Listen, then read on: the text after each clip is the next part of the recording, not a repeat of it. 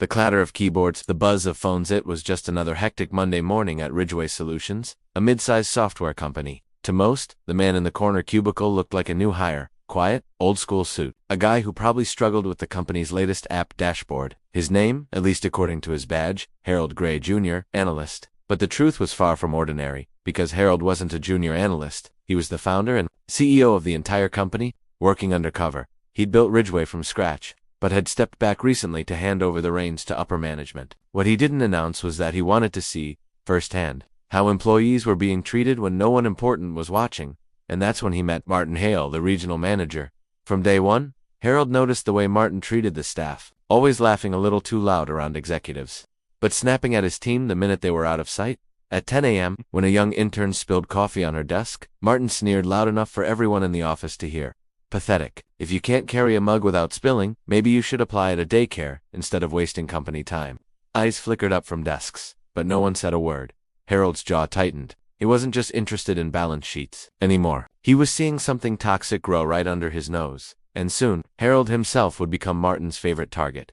Harold deliberately worked at a measured pace, keeping his disguise intact. He asked thoughtful questions here and there, but Martin pounced on every opportunity to humiliate him. Look at this guy, Martin said during a team huddle, shaking Harold's report in the air. Took him 6 hours to do what others do in one. If you're angling for Employee of the Month, old man, you're doing it wrong. A few coworkers winced, exchanging awkward glances. One even whispered, he's new.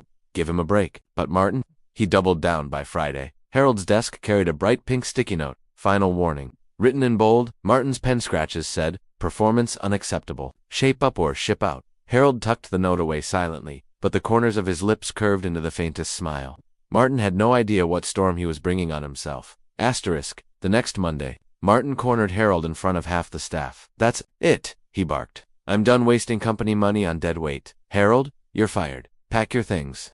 Gasps rippled across the office. A few employees whispered nervously, others froze mid. The humiliation was sharp, deliberate, designed to make Harold walk out with his head down, but instead, Harold straightened slowly, his shoulders firm.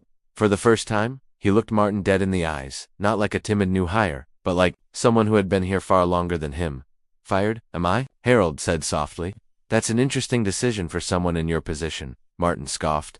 Oh, you think you're untouchable? Newsflash, Harold, you don't make the rules here. I do. The room fell so silent you could hear the buzz of the fluorescent lights, and then Harold reached into his jacket pocket.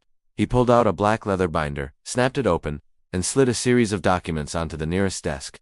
Company founding papers, executive contracts, and his own ID badge embossed with a title that made every employee's eyes widen. Chief Executive Officer. I should probably reintroduce myself, Harold said calmly, his voice echoing across the quiet floor. I'm Harold Gray, founder, owner, and still, in case you forgot, CEO of Ridgeway Solutions. Dead silence. Then, a gasp near the break room. Someone nearly dropped their coffee.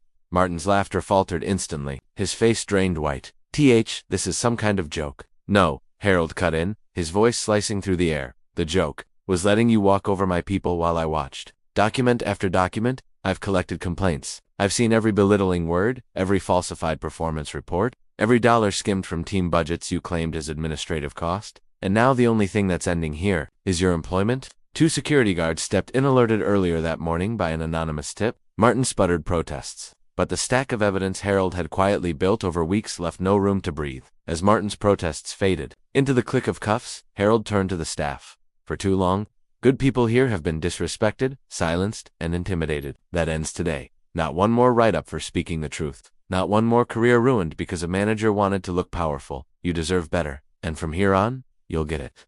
The office erupted not with shouts, but with steady applause. Quiet at first, but growing into a standing ovation as employees stood from their desks. Relief flickering across faces, long worn down by fear. At the back, the young intern who had spilled her coffee wiped a tear from her cheek. Accountant put down his pen, shoulders shaking with nervous laughter, and the weight of silence lifted like a curtain finally drawn open.